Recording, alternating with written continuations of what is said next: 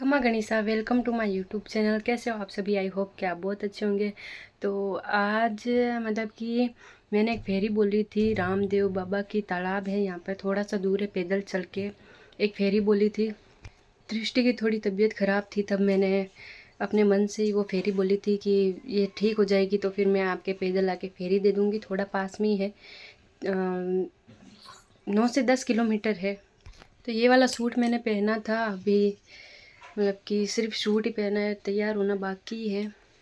तो अभी हो रहे 9:19। जितना जल्दी जाएं इतना अच्छा है, क्योंकि इतनी गर्मी में वापस आते हैं तब तक तो हाफ जाते हैं। तो इसलिए जल्दी जल्दी पहले मैं नहा के आई, फिर दृष्टि को नहलाया, घर का काम किया, उसके बाद में अब इसको कपड़े पहनाना बाकी है बस। तो मैं आपके साथ में पूरा व्लॉग शेयर करूँगी, वीडियो शेयर करूँगी, वहाँ का कैसा नज़ारा है, वहाँ का कैसा मंदिर है। दृष्टि को मैंने तैयार कर दिया था नहला धुला कर, ये इसका गुड्डा था, इसको मैंने इसकी ही फ्रॉक पहना कर तैयार कर दिया। मतलब कि थोड़ा बहुत ज़्यादा इसको रमने में इंटरेस्ट आई, खेलने में, इसलिए मैंने इसको फ्रॉक पहना दिया। तब से इसके साथ में खेलने लगी है। तो बस हम घर से निकले ही थे कि दृष्टि को मैं गोदी ली हुई थी। तो फिर सामने से मेरे जेठ जी से आ रहे थे, उन्होंने बोला, दृष्टि को देखा था, बोला इतनी गर्मी है, आज बहुत तेज़ धूप है, कैसे लेके जाओगे बच्ची को? तो फिर मैंने दृष्टि को इसके बड़े पापा के साथ में घर पे वापस भेज दिया। बस घर से निकले ही थे, अभी इतनी तेज़ धूप है तो हमें आते आते तो बहुत देर हो जाएगी। सामने जो वो भाकर देख रहे हो, यहाँ से ही सारे कोई मकान वकान बनाने का काम वाम होता है, तो यहीं से खंडे लेके जाते हैं, पत्थर वगैरह सब कुछ। तो अभी वहाँ से कच्चा रास्ता था, घर के पास में से निकलते हैं, तब नदी है बीच में। वहाँ नदी पार करने के बाद में मतलब कि पानी वानी कुछ नहीं, बरसात आता है तब पानी से भर जाती है। बाकी तो अभी चलने की शुरुआत ही हुई थी, सिर्फ 15-20 मिनट ही हुए थे घर से निकले हुए, अभी तो ठीक ठाक है हम। फिर बहुत ज़्यादा मतलब कि आपको मैंने बताया था 9 से 10 किलोमीटर दूर है यहाँ तक का सफ़र तय करने के बाद में, क्योंकि हम तो पैदल ही थे।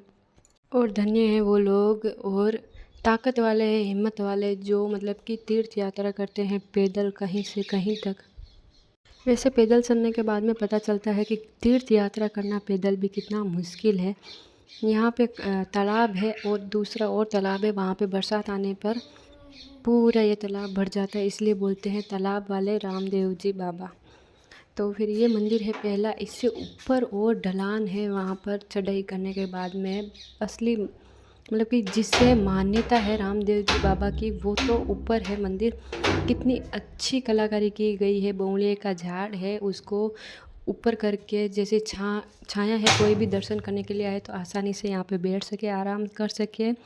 गूंथा हुआ है इसको। यहाँ से ऊपर चलने के बाद में रामदेव जी बाबा का असली मंदिर है। ये मंदिर खुद भाकर पर ही है। यहाँ पे आप देखोगे तो छोटे छोटे सारी जगह पे ऐसे घर बनाए हुए हैं। कहा जाता है कि जो भी घर बनाता है उसको ऐसा ही घर मिलता है। तो कई लोग यहाँ पे बकरियाँ चराने आते हैं, बूढ़े लोग, आदमी, तो और कई लड़कियाँ बकरियाँ चराने आती है, तो फिर बैठे बैठे यहाँ पे खेलते खेलते घर बना देते हैं।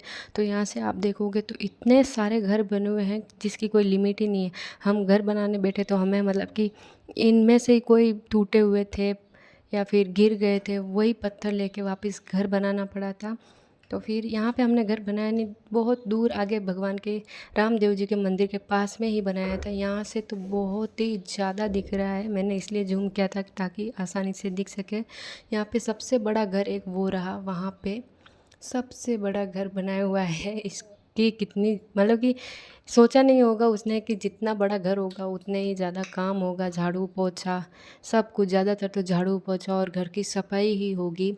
इतना बड़ा घर पता नहीं किसको चाहिए था। मैंने तो छोटा ही घर बनाया था, क्योंकि जितना छोटा घर होगा उतना ही काम कम होगा। चारों तरफ का यही है, भाकर पर है। थोड़ी सी दूर और चलने के बाद में हमने एक घर बना ही लिया। बोला कि अब आगे जाके तो कहाँ पे घर बनाओगे, मतलब कि वहाँ पे पत्थर कम ही है, भाकर है जो यहाँ पे है। तो फिर हमने यहाँ पे घर बना लिया। मैंने छोटा ही घर बनाया था, आपको बोला था 3 कमरे बनाए थे सलंग। जैसा भी बना वो भगवान की देन है। कर्म अच्छे होंगे तो ही सब कुछ अच्छा होगा, नसीब भी अच्छा होगा। अगर कर्म ही अच्छे नहीं होंगे तो कुछ नहीं मिलने वाला। कहने लेने की बातें हैं। तो आखिरकार हम मंदिर में पहुंच गए। मंदिर में जाकर ही चैन की सांस ली, क्योंकि इतना थक गए थे, हद से ज़्यादा। पैर तो इतने दुख रहे थे, बहुत ही ज़्यादा। ये यहाँ पर मैंने बोला अंदर जाके बैठो, यहीं पे बैठ गए। यहाँ पे व्यवस्था थी, अच्छे से बैठो, रेस्ट करो। बहुत ही अच्छा मंदिर है। और यहाँ पे पानी पीने की भी व्यवस्था थी, फ़िल्टर पानी है, ठंडा ठंडा पानी आ रहा था यहाँ पे। तो फिर मैं जाके बारी में बैठी थी, यहाँ से देख रही थी कि महाराज आए, क्योंकि महाराज यहाँ पे थे नहीं, वहाँ पर थे बाहर। जो मैंने आपको पहले मंदिर बताया था वहाँ पर थे। यहाँ पे कहा जाता है कि बकरी ने दूध दिया था। एक महाराज है हमारे यहाँ पर ही, पंडित जी की ढाणी में। तो ये बाबा का मंदिर है। मैं आपको दर्शन करा दूँ, मैंने दर्शन किए, अब आपको भी दर्शन करवा देती हूँ रामदेव बाबा का। तो ऊपर इनके चद्दर ढकी हुई थी, क्योंकि महाराज यहाँ पे थे नहीं, और महाराज यहाँ पे नहीं होते हैं तो फिर इनको ऐसे ही छोड़ के नहीं जाते, ऊपर चद्दर ढक के जाते हैं। और असली तालाब तो यहाँ है इस तरफ, ये रहा। ये हरा भरा रहता है हमेशा, चाहे बरसात हो या ना हो, चाहे कितनी भी गर्मी पड़ो, यह सूखता नहीं है।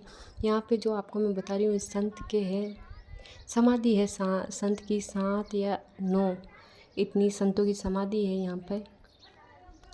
तो ये मैंने फेरी दी थी, बोला था साथ में थे, वो बोल रहे थे कि एक ही फेरी दो, मेरे जेठानी साथ है, बोल रहे थे 2 देनी नहीं है, एक ही दो। तो फिर दूसरी बार मैं गई, तब मैंने बोला यहाँ पे जो संत होते हैं उनकी भी जो समाधि है उनकी भी परिक्रमा देनी पड़ती है एक बार।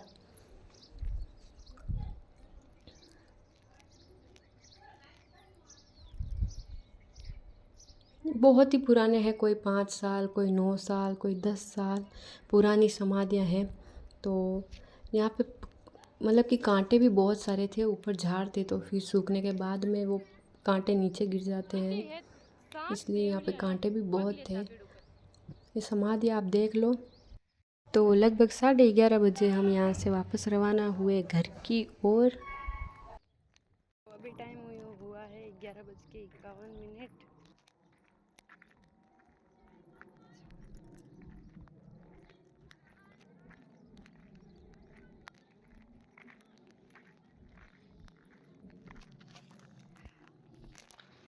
बहुत ही ज़्यादा थकने के बाद मैं खिचड़ी के नीचे थोड़ी देर आराम किया, थोड़ी देर बैठे। और मेरा पैर यहाँ से अंगूठे के पास में से बहुत ही ज़्यादा दर्द कर रहा था, क्योंकि 9 किलोमीटर जाते समय, 9 किलोमीटर वापस आते समय, कुल मिला के 18 किलोमीटर चलना बहुत ही मुश्किल हो गया था। तो हमारा गांव थोड़ा बीच में, हमारे घर के और मंदिर के बीच में पड़ता है, तो फिर बड़े बुजुर्ग औरतें कोई भी हो उनसे घूंघट करना पड़ता है, यही मान मर्यादा है। चलो व्लॉग की बात अलग है कि आजकल तो हर कोई व्लॉग बनाता है, बाकी हम असलियत में कहीं से भी जाएं तो घूंघट करना ज़रूरी है। वापस आते समय घर बहुत नज़दीक लग रहा था, जैसे कि बहुत ही नज़दीक है, अब आया घर, अब आया घर। तो ये 1 बज गई थी, क्योंकि ये बस ओसिया से 1 बजे आती है, सोहिला वाली। अब जैसे तैसे घर पे पहुंचने के बाद में ऐसा लग रहा था कि जाके सो जाएं, थोड़ी देर रेस्ट करने के बाद में। ये 4 बजे का व्लॉग है, तो लाइक कमेंट शेयर ज़रूर कर दें। धन्यवाद।